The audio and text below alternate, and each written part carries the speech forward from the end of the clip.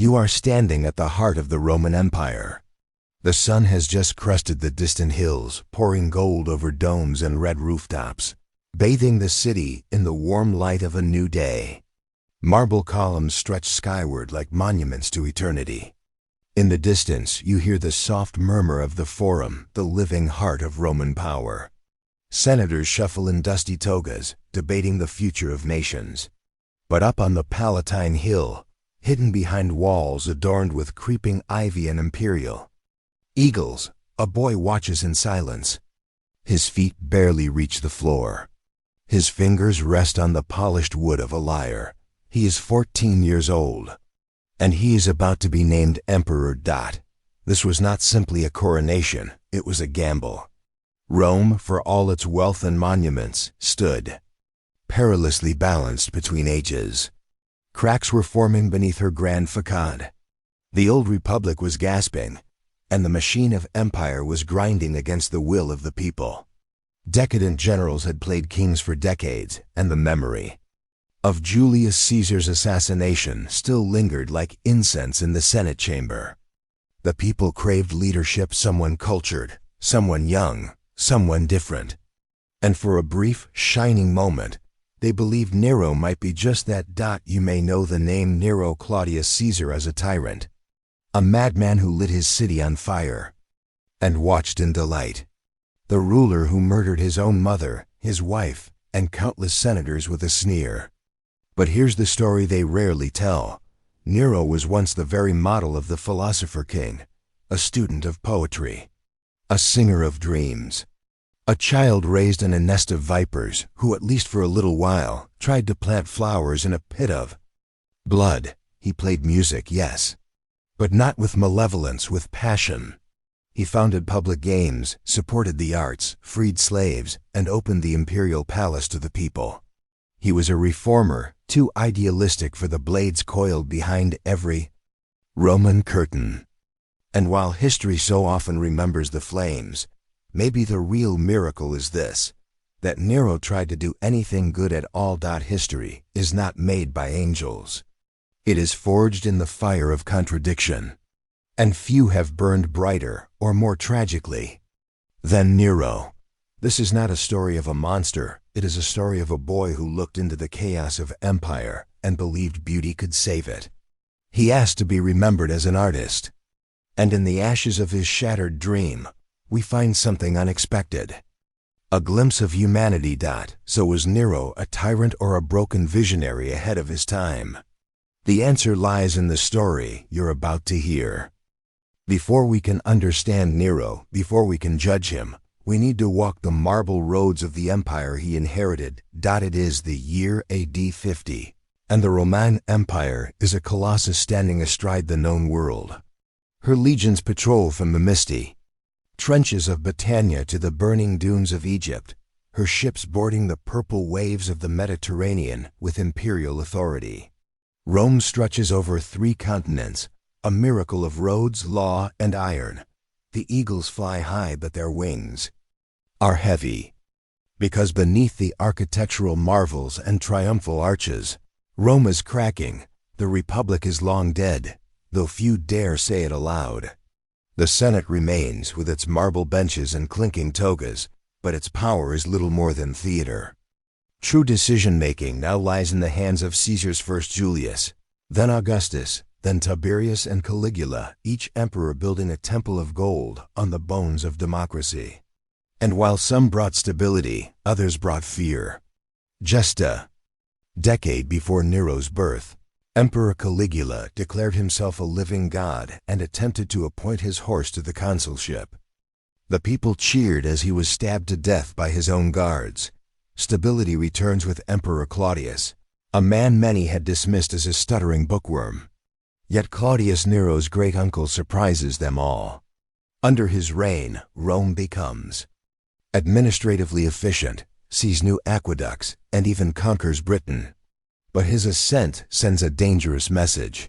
Anyone can wear the purple robe with the right backing, and in Rome, there's always someone ready to back the next contender. Enter Agrippina the Younger, sister of Caligula, niece and later wife of Claudius. She is noble-born, brilliant, and utterly fearless. And she has a son, Lucius Domitius Ahenobarbus. Rome is not ruled by laws, but by lineage, ambition, and blood. And the blood of Lucius D. Ahenobarbus is rich with prophetic possibility. Through his mother, he is descended from Augustus himself. His father, though cruel and insignificant, traces his name through one of Rome's oldest patrician houses. His future, if carefully orchestrated, could change everything. But this is not just the story of one ambitious mother. It is the story of a civilization teetering on a blade. Look closely, and you'll see signs of exhaustion in the empire's grandeur. The Senate grows increasingly toothless. Tax burdens rise. Slave revolts crackle in the provinces. At the heart of the empire, the aristocracy drowns in wealth but hungers for purpose. The people, citizens and non-citizens alike, long for voices that inspire, not just dominate. Caesar Augustus had once claimed he found Rome a city of brick and left it a city of marble. But by Nero's time, many whisper that Rome's soul is turning back to stone. What Rome needs now is not just an emperor, but an ideal. Someone to steady the empire through poetry, not just military parades. Someone to reforge Roman pride in the arts, not just engineering and conquest. Someone to humanize the blood-soaked machine of empire. The optimists believe it might even be possible. The philosophers are gaining favor. The Stoics especially offer a kind of moral resistance to corruption. The tutor Seneca, exiled for speaking too wisely, will soon be recalled. There is talk not of revolution, but of reformation, a return to idealism. A younger, gentler Caesar, who might marry reason with glory. Some even whisper about the concept of Philhellenism, embracing the artistry and philosophy of Greece, alongside Roman pragmatism. Rome had always adopted the best of what it conquered. Could her next emperor finally bring together power and humanity? There's a sense, not unlike the quiet before a storm, that something is about to change. And into this delicate tension steps a boy with startling eyes and a mother with unrivaled determination. His name, at first, is unimportant to the masses. But soon, all of Rome will chant it, first in joy, then in fear, and finally in disbelief. Nero. He is not yet emperor. He isn't even yet adopted. But he is coming, shaped both by love and manipulation, by yearning and by cruelty. Rome does not know it yet, but the child who may define her next age already walks the palace corridors, learning when to smile, when to bow, and when to strike. But before he inherits Rome, before he ascends the throne, he must survive the most dangerous battlefield of all, his own family. Before Nero was emperor or artist or tyrant, he was just a small, somewhat anxious boy. Born into Rome's most dangerous political family, his birth name was Lucius Domitius Ahenobarbus, and he entered the world on December 15th, AD 37, amid storms not just of weather, but of empire. Only 9 months earlier, his uncle Caligula had taken the throne, and Rome had descended into theatrical madness. His father, Gnaeus Domitius Ahenobarbus, was no kindlier. By all accounts, he was greedy, violent, and arrogant, once charged with treason, adultery, and incest. And his opinions about his newborn son were chilling. Nothing that isn't detestable and monstrous can come from me and Agrippina. From the beginning, the shadows whispered louder than the lullabies. Still his mother, Agrippina the younger, held on fiercely. Cold, calculating, and politically astute, she knew the world did not reward softness, not for women, and certainly not for boys without fathers or protectors. When Caligula exiled her and confiscated the family's wealth, she didn't crumble. She waited. She watched. And when her exiled brother was murdered and replaced by Emperor Claudius, she made her move, returning to Rome, marrying her uncle, and weaving her son closer to power. Lucius was now living within the heart of empire. But he didn't yet belong to it. He was described as quiet and intelligent, shy in crowds but strangely compelling one-on-one. He preferred poetry to sports, music to war drills, while other boys tore through training yards with wooden swords. Lucius would study verse and history by torchlight. He loved theater, was captivated by the epics, and seemed to truly feel things, perhaps, more deeply than was safe in Rome. But potential alone doesn't survive in palaces. It was his adoption by the Emperor Claudius at the planning of Agrippina that changed everything. In the year AD 50, Lucius became Nero Claudius Caesar Drusus Germanicus, new name, new family, new destiny. And with that name came a tutor selected carefully by his mother, Lucius Annaeus Seneca, the exiled Stoic philosopher. No man in Rome believed more in the balance of reason and power than Seneca. No man, perhaps, had more hope for what Rome might become. Seneca taught Nero ethics, restraint, the art of speaking with both calm and fire. Under his careful instruction, the boy studied Greek philosophy, rhetoric, and the responsibility of leadership. And slowly, something stirred inside Nero. He wasn't nobility in the traditional sense. He didn't hunger for battle or glory. But he began to dream. Not of conquest, but of a Rome governed by culture, driven by mercy, adorned in beauty. This was the spark. In one letter, Seneca would later write, "What man can be great unless he is first good?" It's easy to imagine young Nero copying that line again and again in the flickering light of his chamber, feeling somewhere deep within himself the birth of a vision. But his world was not built to nurture visionaries. In the deep, silent corners of a palace teeming with plots, young Nero learned more than just philosophy. He learned to mask his emotions, to be charming when needed, ruthless when required, and invisible when convenient. He watched his mother manipulate suitors and outmaneuver rivals like a master strategist.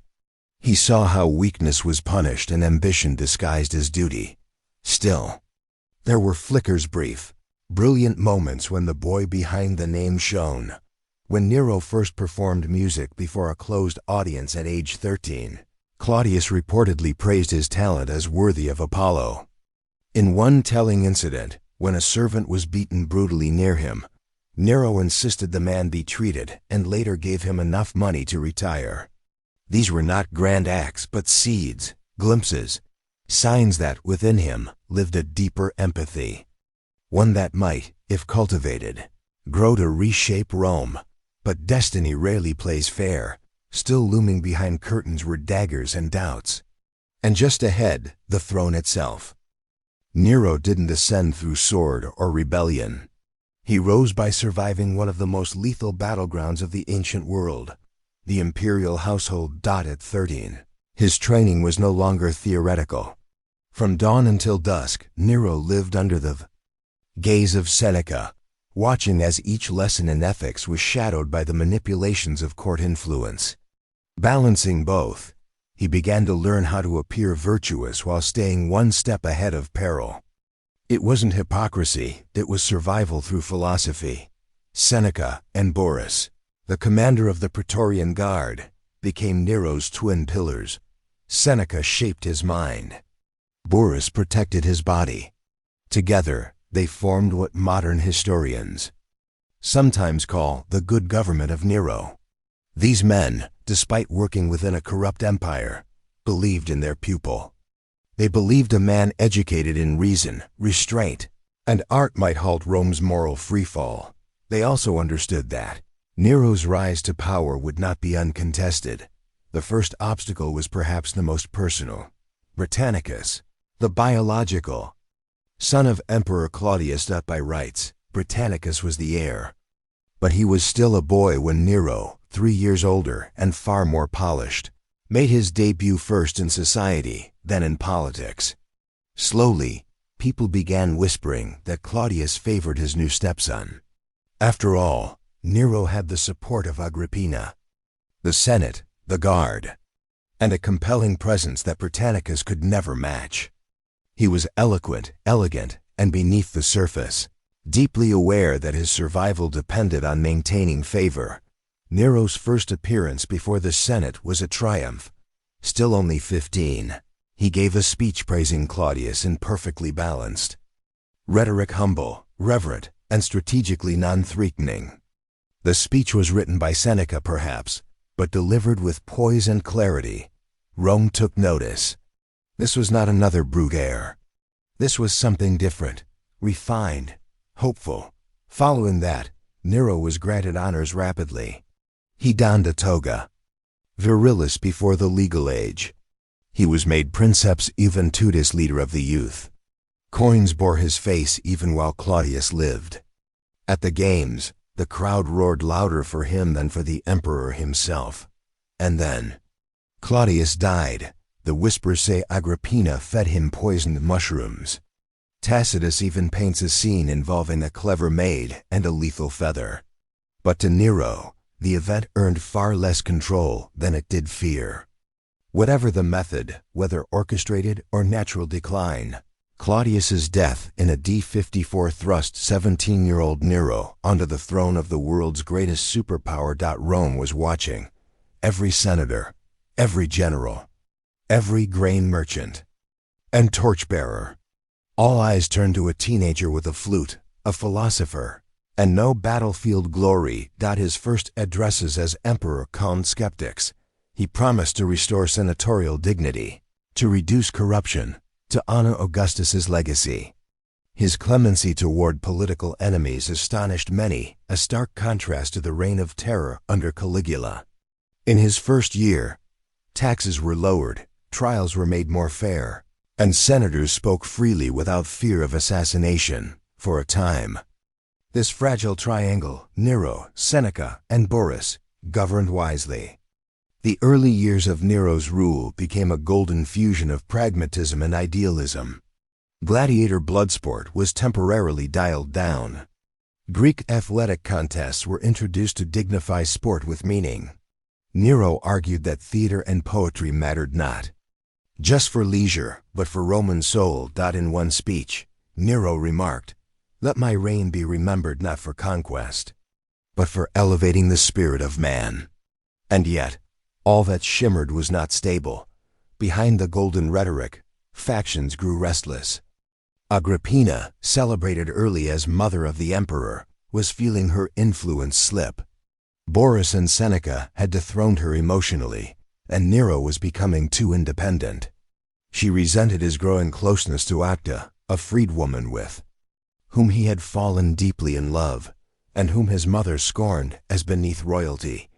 When Agrippina publicly slapped Acta and threatened to promote Britannicus instead, Nero's mask cracked. The philosopher's teachings fell momentarily silent, and paranoia seeped in. 2 months later, Britannicus was dead. It was subtle.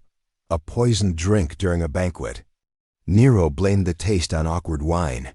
No investigation followed. Many believed Nero had had his first rival quietly eliminated. Tacitus called it his first crime.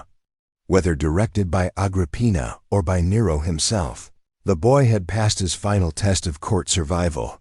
The prince had become Caesar, but this wasn't a descent, it was a threshold. For even here, in this morally gray victory, Nero still believed he could lead Rome somewhere brighter. Nero had taken the throne as a boy of 17. Now, just a few years into his reign, he was Rome's golden voice, the philosopher-emperor who gave speeches as moving as poems, who lowered taxes, freed accused prisoners, abolished secret trials, and dreamed not of war, but of culture. For a shining moment, it worked, but Rome, like the crown he wore, was too heavy, too sharp, too constant in its demands. A single misstep could unravel it all. And the first great misstep wasn't a battle or a scandal. It was love. Her name was Poppaea Sabina, the most captivating woman in Rome, intelligent, politically savvy, and impossibly beautiful. She was married to Nero's top general, and Nero's affair with her began as a whisper and grew into an earthquake. Poppaea wasn't content with courtly gains. She wanted the world, and through Nero, she knew she could have it. But there was one problem in her way: Agrippina, Nero's mother. Agrippina, who had put Nero on the throne. Agrippina, who had built him like a general building a fortress, and who now refused to be pushed aside. Poppaea warned Nero, "You'll never be free while your mother lives." And that poisoned seed took root. In public, Agrippina still walked. With imperial pride, she expected constant influence. But in private, Nero was unraveling. His tutor Seneca begged him to show restraint. Burrus spoke of loyalty. But Nero's heart had become a battlefield of guilt, rage, and longing. In a D59, he made the choice that would define him. First, he tried subtlety, luring his mother onto a specially designed boat that would collapse at sea. Agrippina survived. Swimming to shore, her dramatic return was met with gasps. She claimed divine protection. The empire held its breath. Then, Nero gave the order with finality. Agrippina was to die. And this time she did. History records she was stabbed in her villa, that she told the assassin, "Strike the womb that bore him." Whether those words were truly hers or drama layered by later historians, the myth became greater than the moment. And Nero changed. He reportedly wandered the imperial hallways sleepless that night, haunted by the sound of his mother's ghost. For weeks he refused audiences. The man who longed to be loved by his people and his mentor had now killed the one who gave him life. Seneca tried to contain the damage, publishing official reports that Agrippina had plotted a coup. Statues were quietly removed. The empire moved on, but something inside Nero did not. He began reaching less for philosophy and more for validation. He increased his public appearances not just as a ruler, but as a performer. He entered chariot races. He sang, he acted. He declaimed poems on stages where only commoners had stood before. It scandalized the elite, but thrilled the crowds. The first time in Roman history, an emperor was performing art, not feigning interest in it. When senators protested, Nero responded, "Is there shame in displaying what the gods have gifted?" Here was the critical shift. Nero would no longer govern as the Senate wished. He would govern as he believed Rome could become. But in doing so, he left behind the safety nets that had guided him, his mother, his mentors, the traditions of the elite. Poppaea replaced Agrippina at his side. And though Nero still passed wise financial reforms and continued beautifying the city, the tone of his reign began to tilt. It wasn't tyranny yet. Not then, but it was Nero. Truly alone on a throne that no longer protected him from the loneliness of leadership. In a letter to a Greek actor years later, Nero wrote, "They say I act because I am vain, but I wish only once, just once, to feel that the applause is real." He had made the unthinkable choice, that most dramatic and irreversible test of imperial authority. And though he survived, everything changed. No longer a boy king guided by stoicism, Nero was stepping into self-rule with scarred hands and a burning heart. And still, the greatest fire was yet to come.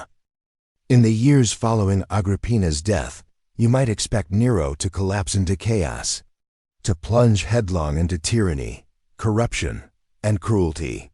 But that's not the story we're telling, because miraculously, in the aftermath of that darkest decision, Nero experienced a golden flourishing of leadership, one that would leave parts of the Roman world more prosperous, more peaceful, and more inspired than ever before. He was 22 years old.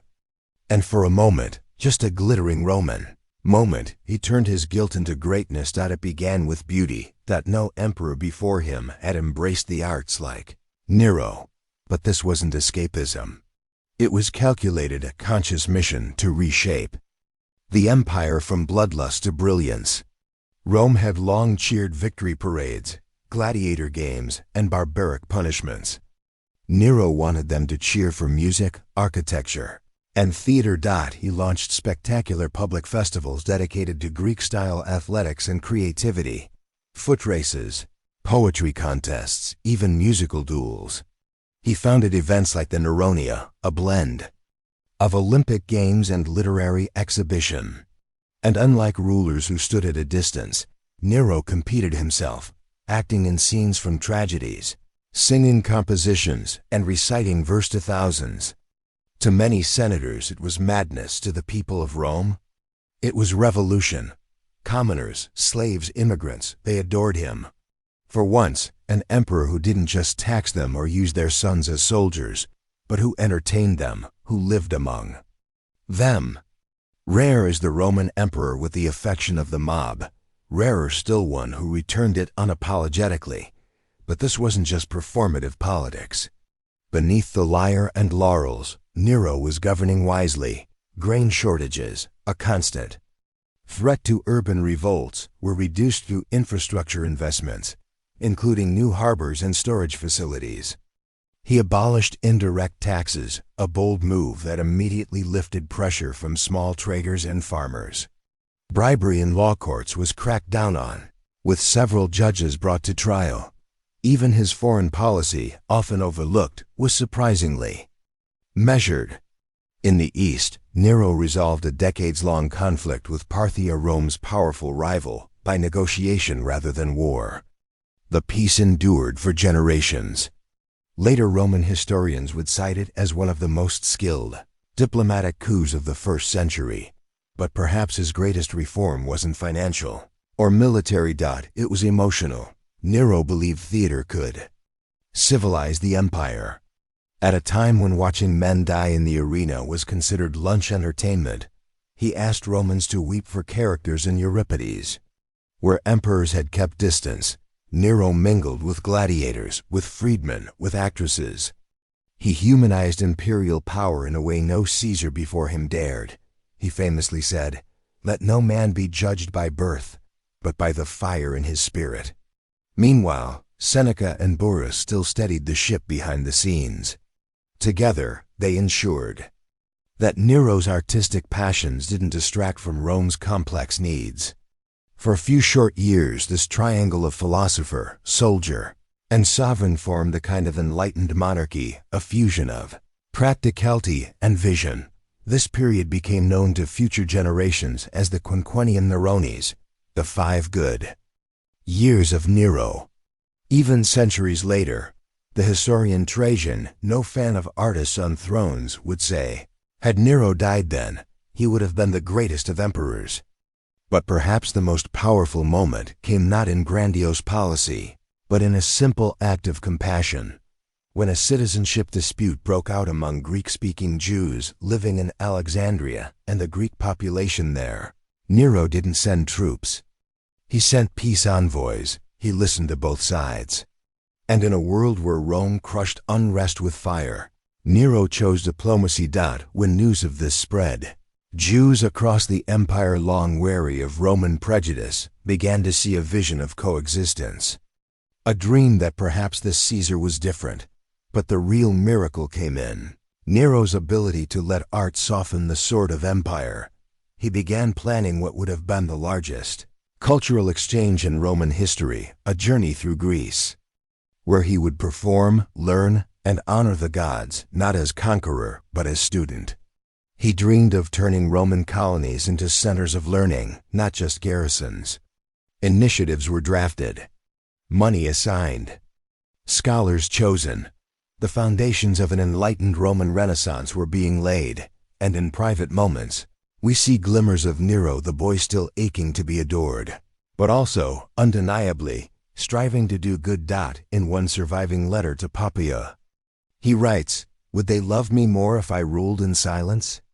If I hid the fire the muse gave me? Or will they love Rome itself more when she sings, rather than strikes?" There was innocence left in him. But innocence in Rome is rarely allowed to live long. The cracks were forming now. Burrus was aging. Seneca, conflicted by Nero's more decadent tendencies, began to pull away. And lurking behind Nero's golden curtain of lyricism was the flame that would change everything, the fire that would light the sky, the fire that would chase away any hope of soft legacy. The fire that would birth a myth. It is the year AD 64. One hot July night, A dry wind sweeps through the narrow alleyways of Rome's crowded merchant districts. The city sleeps uneasily. And then a torch drops, wind catches, flames crackle. One fire becomes 3. 3 becomes 30. The great imperial city, the heart of the civilized world, begins to burn. For 6 days, fire consumes Rome. Neighborhoods collapse in deafening waves. People cry from rooftops before leaping into smog-choked streets.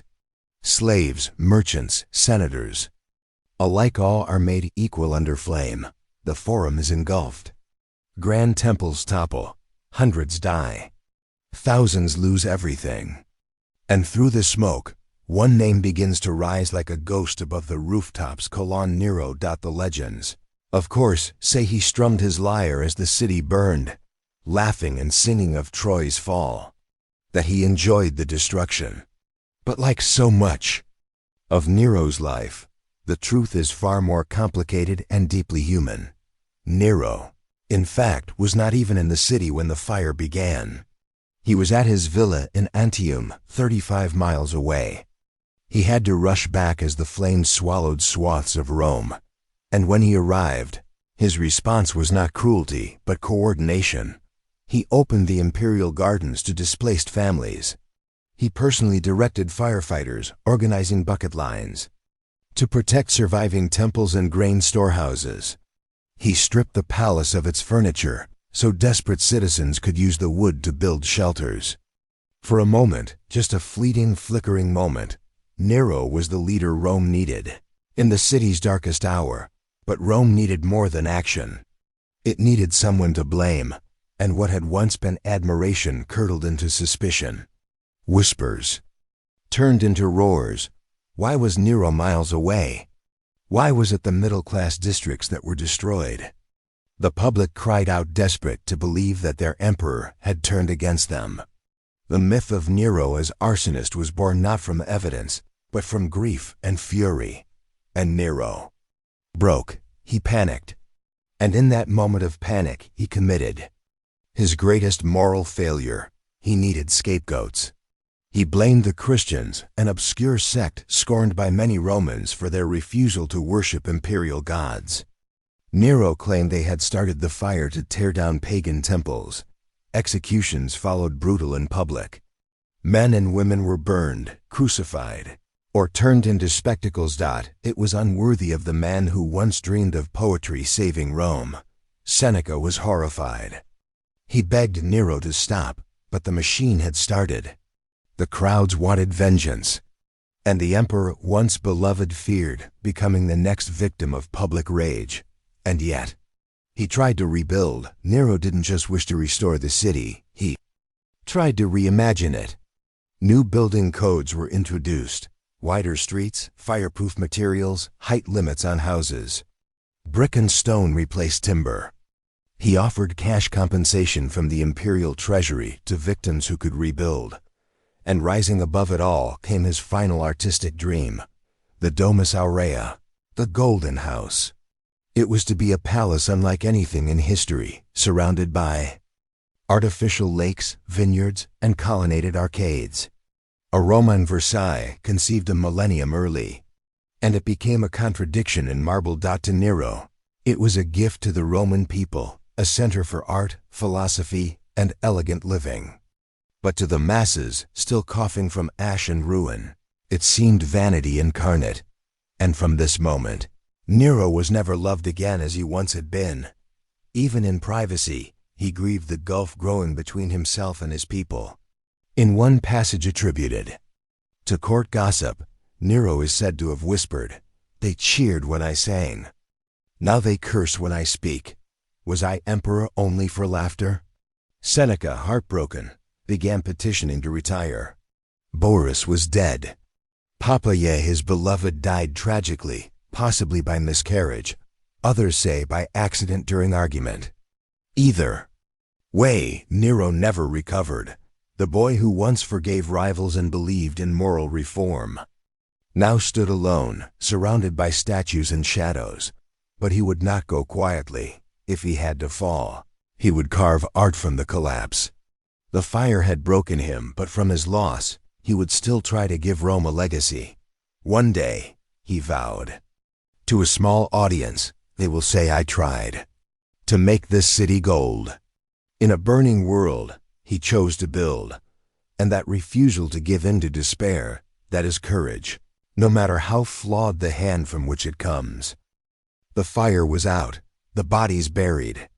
The myths burned across marble faster than the flames themselves.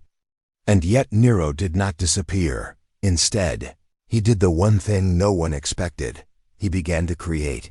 He turned his grief into architecture, his isolation into policy, his brokenness into beauty.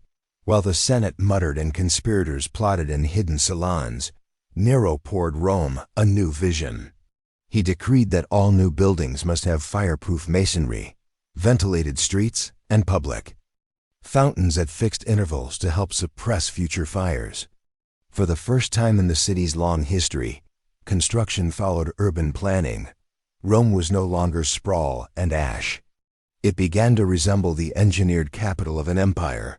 And then came the centerpiece, the Domus Aurea, his most ambitious creation. But contrary to the myth, Nero didn't plan a selfish fortress. He converted huge parts of it into public gardens, theaters, art galleries.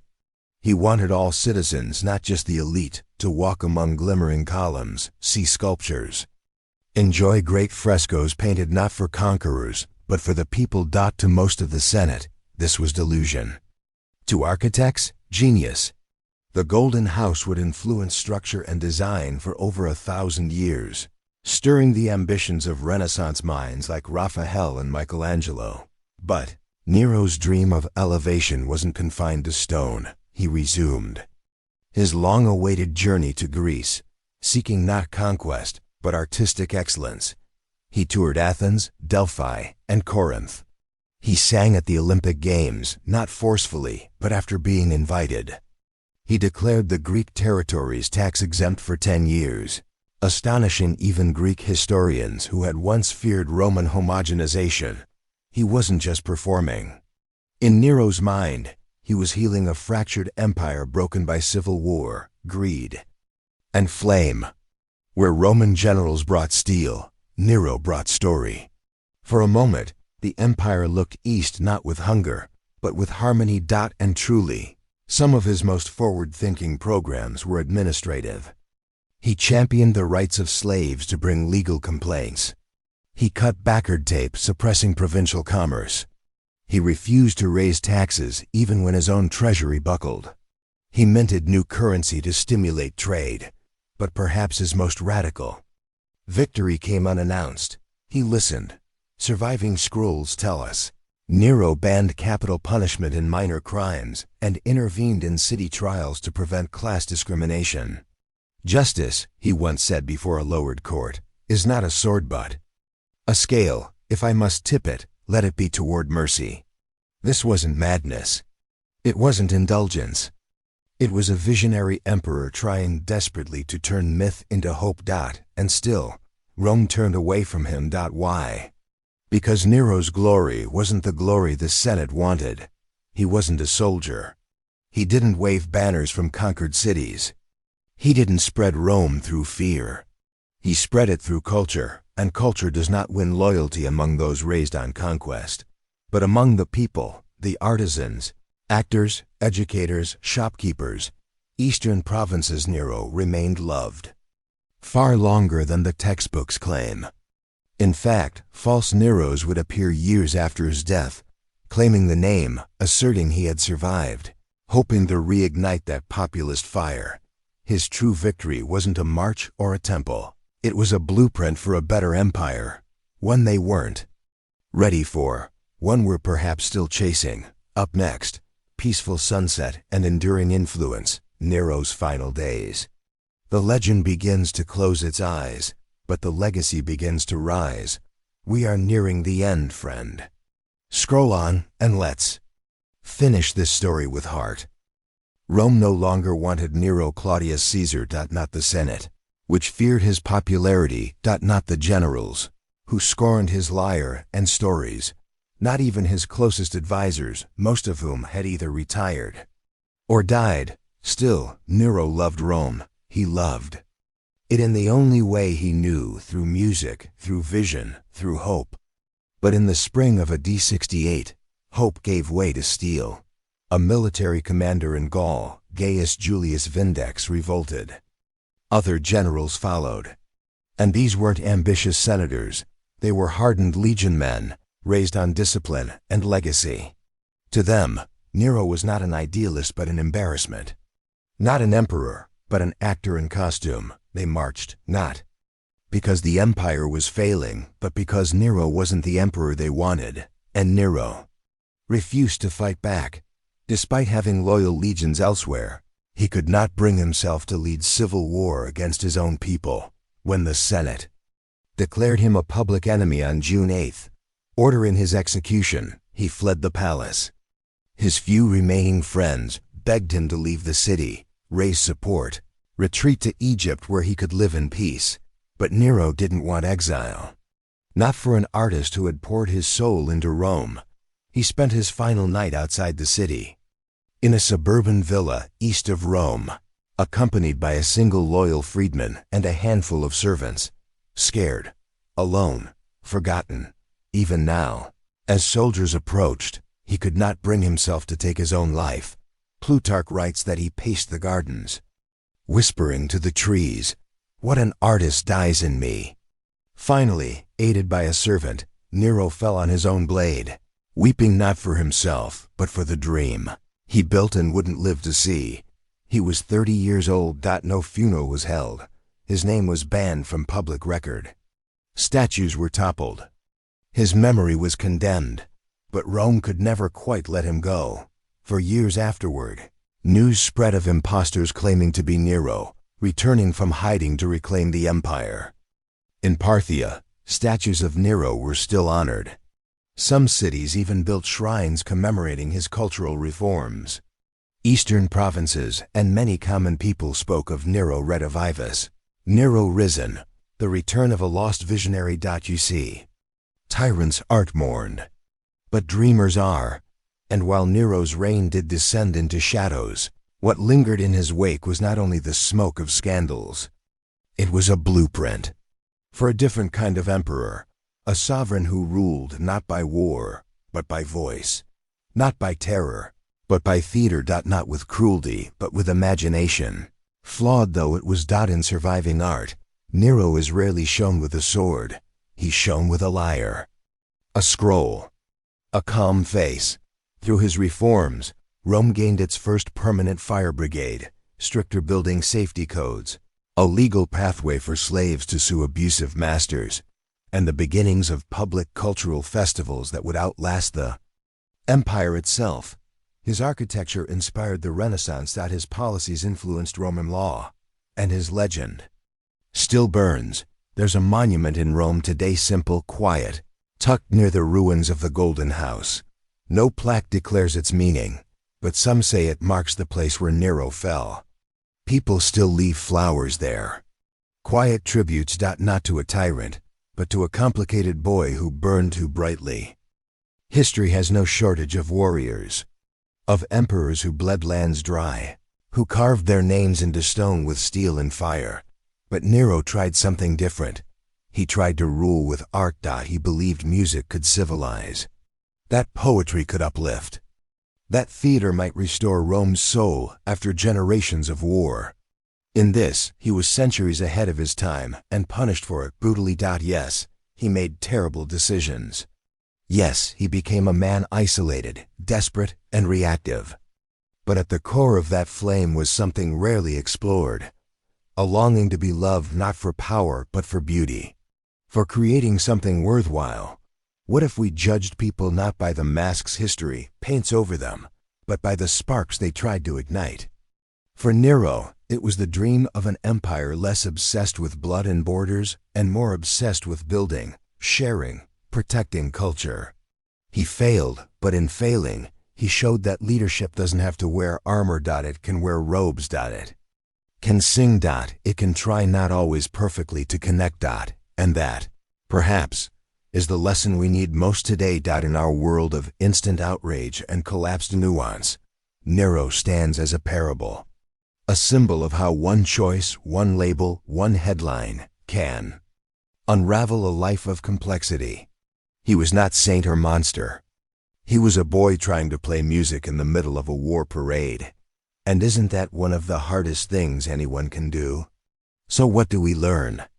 We learn that power is not the same as greatness, that trying to bring peace through beauty is not weakness, but courage, that even flawed men can rise briefly, brilliantly, and remind the world of what's possible when empathy sits on the throne. And most of all, we learn this: history is not made by perfect people, but it is carried forward by those who dare to hope. So if you're feeling inspired, if something stirred inside you while hearing Nero's story, type "rise" in the comments.